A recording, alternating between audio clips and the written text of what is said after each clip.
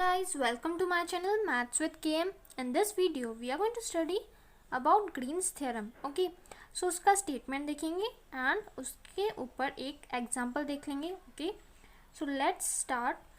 उसका statement है if p of xy and q of xy are continuous function of x and y having continuous first order partial derivative in a region R of xy plane bounded by a closed curve C, then line integral over that closed curve C p dx plus q dy is equal to surface integration over capital R. Okay, यहाँ पे R क्या है, surface है. Okay, of del q upon del x minus del p upon del y dx dy. Okay, सो देखो अभी statement में क्या बोला गया है कि capital P and capital Q ये क्या होने चाहिए, कंटिन्यूस फंक्शन होने चाहिए of variables x and y. Okay, and उसके जो है पार्शियल डेरिवेटिव फर्स्ट ऑर्डर के वो भी क्या होने चाहिए, कंटिन्यूस. यहाँ पे क्या लिखा हुआ है, continuous first order partial derivative means इनके जो पार्शियल डेरिवेटिव होंगे फर्स्ट ऑर्डर के, मीन्स ये del P upon del Y and del Q upon del X ये क्या होने चाहिए, कंटिन्यूस होने चाहिए. ओके, कहाँ पे कंटिन्यूस होने चाहिए, ये रीजन आर में. ओके, और यहाँ ये जो रीजन है वो कहाँ पे है, वो एक्स वाई प्लेन में and it is bounded by close curve C. So अभी देखो एक्स वाई प्लेन है ये. Okay, this is x and this is y. Okay, so ये क्या है, एक्स वाई प्लेन है and suppose this is closed and bounded curve C. Okay, and अभी इसके जो अंदर का पार्ट है this is region R. Okay, capital R. So देखो अभी reason are of X Y plane bounded by close curve C. Okay, ये जो रीजन आर है it is bounded by this close curve C. Okay, so basically Green's theorem क्या बोलती है कि हम कैसे लाइन इंटीग्रल को सरफेस इंटीग्रल में कैसे कन्वर्ट कर सकते हैं. ओके, वो बताती है. ओके, सो इसके लिए आपको पता होना चाहिए what is the meaning of line integral and surface integral. So if you want me to make a separate video on it, then please comment in the comment box. Okay, so now let's see one problem based on it. Question is verify Green's theorem in the plane integration over C xy plus y square dx plus x square dy where C is a closed curve of the region bounded by y is equal to x and y is equal to x square. Okay, so पहले ये जो y is equal to x and y is equal to x square है वो क्या represent करते हैं वो आपको लिखना पड़ेगा सोल्यूशन में. Okay, so the curve y is equal to x and y is equal to x square ये क्या रिप्रेजेंट करते हैं, देखो ये तो हमें पता है it is a straight line passing through origin. Okay, and this represents a parabola. Okay, अभी देखो ग्राफिकली हम देखो इसको कैसे ड्रॉ करेंगे. This is a straight line passing through origin. Okay, y is equal to x and ये क्या है, पैराबोला है, y is equal to x square. Okay, so ये जो इंटरसेक्शन पॉइंट्स है इसको दे दिया हमने O एंड इसको A. Okay, so these are two intersection points. Okay, so देखो ये हमारा कर्व 1 है, this is a curve 2. These two curves intersect at O and A. Okay, so अभी इंटरसेक्ट कहाँ पे होते हैं वो हमें लिखना पड़ेगा. So this curve intersects at O, that is origin 0 0 and A 1 1. Okay, so अभी यहाँ पे ये कैसे आए, origin तो आ गया समझने. ओके, एक के पॉइंट्स मीन्स कोऑर्डिनेट्स हमने 1 1 क्यों लिए, देखो y is equal to x square है एंड x की वैल्यू क्या है, y है. ओके, सो x की वैल्यू अगर y है सो यहाँ पे हम y पुट कर सकते हैं. सो क्या हो जाएगा, y is equal to y square. Okay, so अभी देखो अभी क्या बन गया, y minus y square is equal to 0. So यहाँ पे y को कॉमन लेते हैं. सो क्या बन जाएगा, 1 minus y is equal to 0. Okay, so this implies y is equal to 0 और 1 minus y is equal to 0. Okay. So यहाँ से हमें दो वैल्यूज़ मिलती है y की। ओके, क्या मिलती है? एक तो मिलती है 0 एंड दूसरी मिलती है 1। Okay, so when we put यहाँ पे y की वैल्यू अगर 0 रखेंगे सो x की भी वैल्यू 0 मिलेंगी। ओके, सो ये हमारा एक इंटरसेक्शन पॉइंट मिल गया। Okay, that is origin. और अभी हम y की वैल्यू 1 पुट करेंगे यहाँ पे, सो x की वैल्यू क्या मिलेंगी? 1 मिलेंगी। So another intersection point will be 1 1। Okay, so इसलिए हमने यहाँ पे a को 1 1 लिखा है। ओके, मीन्स a की कोऑर्डिनेट्स क्या है? 1 1। ओके, सो अभी देखो गिवन क्या है? ये है, सो हमने ये लिख दिया नीचे।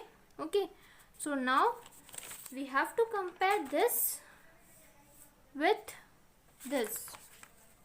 ओके, सो यहाँ पे देखो आप, if you compare this with this then p की वैल्यू मिलती है ये एंड q की वैल्यू है ये x²। ओके, एंड अभी देखो हमें ग्रीन्स थ्योरम अप्लाई करने के लिए क्या क्या चाहिए? p की वैल्यू चाहिए, q की वैल्यू चाहिए और इसकी भी वैल्यू चाहिए, del q upon del x and del p upon del y। Okay, so हम निकाल लेते हैं पहले ही। del p upon del y क्या मिलेगा? x plus 2y and del q upon del x will give 2x। Okay, so अभी Green's theorem apply करने के लिए उसके स्टेटमेंट के कंडीशन को सेटिस्फाई करना पड़ेगा। सो क्या बोलता है उसका statement? If p and q क्या होने चाहिए? कंटिन्यूस फंक्शन होने चाहिए। ओके, सो यहाँ पे p एंड q कंटिन्यूस चाहिए एंड उसके जो फर्स्ट ऑर्डर पार्शियल डेरिवेटिव है वो भी क्या चाहिए? कंटिन्यूस चाहिए। ओके, सो देखो हमने लिख लिया है clearly, p q del p upon del y del q upon del x ये सब क्या है? कंटिन्यूस है इन क्लोज रीजन R। आप देख सकते हैं p q ये क्या है? This is a polynomial. All these are continuous function in closed region R. So अभी देखो हमें निकालना क्या है? निकालना नहीं है, वेरीफाई करना है ग्रीन्स थ्योरम। सो वेरीफाई का मतलब क्या है? We have to prove that left hand side is equal to right hand side, means this left hand side is equal to right hand side. So पहले देखो हम राइट हैंड साइड की value निकालेंगे, then उसके बाद left hand side की value निकालेंगे और इन दोनों की वैल्यू अगर सेम निकल गई then we can say that Green's theorem for this problem is verified. Okay, so पहले ये कंसिडर करते हैं राइट हैंड साइड को। सो देखो अभी हमने राइट हैंड साइड को कंसिडर कर लिया है। सो अभी del q upon del x की वैल्यू निकली थी 2x एंड इसकी वैल्यू निकली थी x प्लस 2y। सो वही सब्स्टिट्यूट कर दिया हमने। ओके, सो अभी देखो, सो यहाँ पे देखो हमने क्या किया, we have change the order of integration. पहले dx dy था, अभी हम dy dx कर रहे हैं। ओके, सो देखो ये जो है dy मीन्स यहाँ पे विथ रिस्पेक्ट टू इंटीग्रेशन है, विथ रिस्पेक्ट टू y है। सो y देखो कहाँ से कहाँ तक वेरी हो रहा है? It varies from x² to x। So यहाँ पे लिमिट्स क्या लिखेंगे? x² to x। Okay, and जो x है वो कहाँ से कहाँ तक वेरी हो रहा है? देखो it varies from 0 to 1। Okay, so यहाँ पे लिमिट आएंगी 0 to 1। So now we are going to find out this value. So पहले ये विथ रिस्पेक्ट टू y जो है इंटीग्रेशन वो सॉल्व करेंगे। ओके, सो देखो 2x माइनस एक्स हो जाएगा, so it will result in two x। Okay, and minus 2y dy and यहाँ पे dx। ओके, सो अभी देखो इंटीग्रेट करेंगे with respect to y। So यहाँ पे x तो कांस्टेंट हो जाएगा क्योंकि इंटीग्रेशन हम कर रहे हैं with respect to y। So x will be constant. So integration from x² to x dy minus अभी इसका integration with respect to y क्या हो जाएगा? 2y² upon 2 limits from x² to x। Okay, यहाँ पे dx वैसे कि वैसे। ओके, सो नेक्स्ट स्टेप में it is equal to integration from 0 to 1, integration of dy with respect to y क्या हो जाएगा? y limits from x² to x। Okay, 2 and 2 will get cancel. अभी अपर लिमिट पुट कर देंगे in place of y। Upper limit क्या है? x। So क्या बन जाएगा? x² माइनस, अभी ये लोअर लिमिट पुट करेंगे in place of y, so क्या बन जाएगा x to the power 4, okay, यहाँ पे dx, so it is equal to integration from 0 to 1, x upper limit put कर देंगे minus lower limit minus X square plus X to the power 4 dx, okay, so it is equal to integration from 0 to 1. So on solving this we'll get this step, okay, so your x squared and x squared will get cancelled, so बचेगा क्या x to the power 4 minus x cube.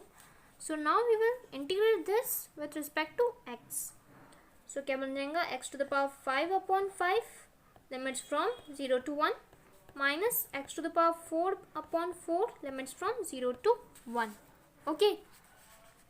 So अभी upper limit and lower limit put कर देंगे, so 1 minus 0 minus 1 by 4, 1 to the power 4 is 1, okay, minus 0, okay, so क्या बन जाएगा 1 upon 5 minus 1 by 4, it is equal to minus 1 by 20, okay, so right hand side की value निकल गई है minus 1 by 20, okay, so अभी निकालते हैं लेफ्ट हैंड साइड की वैल्यू, सो राइट हैंड साइड की वैल्यू निकल गई है माइनस 1 बाय 20, सो अभी निकालते हैं लेफ्ट हैंड साइड की value, so this is our left hand side, so अभी इसकी वैल्यू निकालते हैं, सो उससे पहले अभी ये जो y इक्वल्स टू x था उसको हमने दे दिया curve C1, okay, and y equals to x square को कर्व C2 से रिप्रेजेंट किया, ओके, सो यहाँ पे c की जगह पे अभी क्या लिखेंगे C1 plus C2, okay, and p dx plus q dy, okay, so it is equal to integration over C1 p dx plus q dy, okay, and plus integration over C2 p dx plus q dy, okay, so इसको दे दिया हमने equation number 1, okay, so now along C1 पहले निकालते हैं, okay, means पहले इसकी value निकालते हैं, सो अभी देखो C1 क्या है, ये है, okay, y equals to x वाली ये जो स्ट्रेट लाइन है, so along this C1 x कहाँ से कहाँ तक वेरी हो रहा है, देखो 0 to 1, okay, so along curve C1 x varies from 0 to 1, okay, and दूसरा ये कर्व क्या है y is equal to x square, okay, so dy निकाल लेंगे, dy is equal to 2x dx, okay, so ये कंसिडर करते हैं integration over C1 p dx plus q dy, okay, so along this curve C1 which is y is equal to x means ये क्या है straight line है, so इसके यहाँ पे क्या वेरी हो रहा है along this curve C1 x varies from 0 to 1, okay, यहाँ पे लिखा है हमने x varies from 0 to 1, okay, so हम पहले इसकी वैल्यू निकालते हैं एंड देन इसकी निकालेंगे, okay, so along curve C1 x varies from 0 to 1, okay, and दूसरा कर्व कौन सा ये है, सो यहाँ पे देखो इस कर्व में C1 में क्या वेरी हो रहा है, x वेरी हो रहा है, सो जहाँ पे भी x की टर्म आएंगी y की टर्म आएंगी उसको x में कन्वर्ट कर लेंगे हम, ओके, सो इसको डिफ्रेंशिएट करेंगे, so dy is equal to 2x dx, okay, so पहले इसको कंसिडर कर लेते हैं, okay, so this is equal to integration from 0 to 1, यहाँ पे 0 to 1 क्यों आया, क्योंकि x वेरी हो रहा है फ्रॉम 0 to 1, ओके, p की वैल्यू हमने रख दी है x Y plus Y square, हमने p एंड q की वैल्यू पहले ही निकाल दी थी, ओके, सो जस्ट यहाँ पे सब्स्टिट्यूट कर लिया हमने, okay, so it is equal to integration from 0 to 1, ये ब्रैकेट वैसे के वैसे dx plus X square dy के जगह पे ये वाली टर्म लिख देंगे, ओके, मैंने स्टार्टिंग में ही बोला था कि y जहाँ पे भी आएगा उसको x में कन्वर्ट कर देंगे हम, ओके, क्योंकि along curve C1 x very हो रहा है, y वेरी नहीं हो रहा है, okay, so it is equal to integration from 0 to 1, ये ब्रैकेट वैसे के वैसे डी एक्स प्लस ये क्या बन जाएगा 2x³ dx। Okay, so next step में y के जगह पे देखो y की वैल्यू क्या है x² है, सो y की जगह पे हमने x² सब्स्टिट्यूट कर लिया। ओके, यहाँ पे भी वैसे ही, सो क्या बन जाएगा x⁴। ओके, एंड ये वैसे के वैसे, so it is equal to integration from 0 to 1, ये बन जाएगा x³ plus x⁴ dx plus 2x³ dx। Okay, so on solving this we get 3x³ plus x⁴ dx। Okay, so यहाँ पे देखो 3 कांस्टेंट है, सो उसको बाहर लेके आ गए और integration from 0 to 1 x³ dx। यहाँ पे हमने क्या किया, इंटीग्रेशन को भी डिस्ट्रीब्यूट कर लिया अंदर। ओके, देखो 3 integration from 0 to 1 x³ dx plus अब इसका integration with respect to x क्या आ जाएगा x⁵/5 limits from 0 to 1। Okay, so अभी इसका इंटीग्रेशन क्या हो जाएगा x⁴/4 limits from 0 to 1। Okay, और यहाँ पे 1/5 क्या है, कांस्टेंट है, सो उसको बाहर लेके आ गए and upper limit and lower limit put करेंगे in place of x। So क्या मिलेगा 1 - 0। Okay, so on solving this we get, so 3/4 bracket में 1 - 0 plus 1/5। Okay, on solving this will get 19/20। So इसको दे देंगे हम इक्वेशन नंबर 2। ओके, हमारा equation number 1 क्या था, ये हमने पहले ये निकाला था इसकी वैल्यू, अभी इसकी वैल्यू निकालेंगे। ओके, अभी देखो अलोंग कर्व C2 कौन सा है कर्व हमारा, y = x²। ओके, सो यहाँ पे देखो along curve C2 that is ये रहा ADO। So along this curve which is C2, यहाँ पे x कहाँ से कहाँ तक वेरी हो रहा है, फ्रॉम 1 to 0। ओके, जब हमने C1 को कंसिडर किया था तब x कहाँ से कहाँ तक वेरी हो रहा था, from 0 to 1। Okay, from 0 to 1, अभी from 1 to 0। Okay, so x varies from 1 to 0। Okay, और दूसरी कर्व कौन सी है, y = x। ओके, सो अभी यहाँ से हम dy की वैल्यू निकाल देंगे। So dy will be equal to dx। Okay, so अभी ये निकालेंगे हम, इसकी वैल्यू निकालेंगे। Okay, so p dx plus q dy, p and q की वैल्यू सब्स्टिट्यूट कर देंगे। सो अभी देखो यहाँ पे इस स्टेप में जहाँ पे भी y या dy आ रहा है तो हम उसको x में कन्वर्ट कर लेंगे। ओके, सो क्या बन जाएगा इंटीग्रेशन ओवर C2 x, यहाँ पे y की जगह पे क्या लिख सकते हैं x। ओके, क्योंकि y की वैल्यू है x। सो ये क्या बन जाएगा x² एंड ये बन जाएगा x⁴। Okay, dx plus x² dy की जगह पे dx लिख सकते हैं। Okay, so it is equal to integration over C2, ये बन जाएगा 2x² dx plus x² dx। Okay, so it is equal to integration over C2 2x² plus x² dx।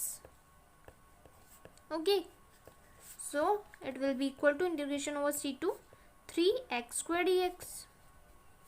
Okay, so अभी 3 इज कांस्टेंट एंड इंटीग्रेशन, अभी देखो integration over C2 लिखा है, सो C2 means curve कौन सा है, y = x² एंड वहाँ पे मैंने बताया आपको कि x varies from 1 to 0। Okay, so यहाँ पे लिमिट्स कैसे आएंगी 1 to 0। Okay, x² dx। Okay, so it is equal to 3, अभी integration of x² with respect to dx क्या होता है x³/3। Okay, limits from 1 to 0। So it is, so limits put कर देंगे, सो क्या मिलेगा, अभी पहले तो 1/3 को कांस्टेंट ले लेते हैं बाहर। ओके, लिमिट्स पुट कर देंगे, सो क्या मिलेगा 0 - 1। Okay, which is equal to 3 and 3। Okay, ये बन जाएगा 1, सो ये इसकी वैल्यू मिलेंगी -1। ओके, सो हम इसको दे देंगे equation number 3। Okay, this is our equation number 3। Okay, अभी देखो ये है हमारा equation number 2 and this is our equation number 3। Okay, so we are going to put equation number 2 and 3 and equation number 1. देखो ये है हमारा इक्वेशन नंबर 1. हमने पहले इसकी वैल्यू निकाली थी, देन इसकी वैल्यू निकाली, इसकी वैल्यू निकली 19/20 एंड इसकी वैल्यू अभी अभी निकाली जो कि है -1. Okay, so equation number 1 will result into integration over c p dx plus q dy is equal to 19/20 -1 is equal to -1/20. इसको दे दिया हमने इक्वेशन नंबर 4. ओके, एंड ये जो हमने स्टार्टिंग में वैल्यू निकाली थी इसकी, ओके, ये क्या है, राइट हैंड साइड है ऑफ ग्रीन्स थ्योरम. ओके, सो इसकी वैल्यू क्या निकली थी, देखो -1/20. इसको दे दिया हमने इक्वेशन नंबर ए. ओके, और ये है left hand side of Green's theorem. So हमें इस प्रॉब्लम में ग्रीन्स थ्योरम को वेरीफाई करना था. ओके, सो देखो this is left hand side of Green's theorem and this is right hand side. दोनों की वैल्यू सेम है, -1/20 -1/20. ओके, सो यहाँ पे हम बोल सकते हैं from equation number A and equation number 4 Green's theorem is verified. Okay, so friends, if you like my video then please don't forget to subscribe my channel. Thank you.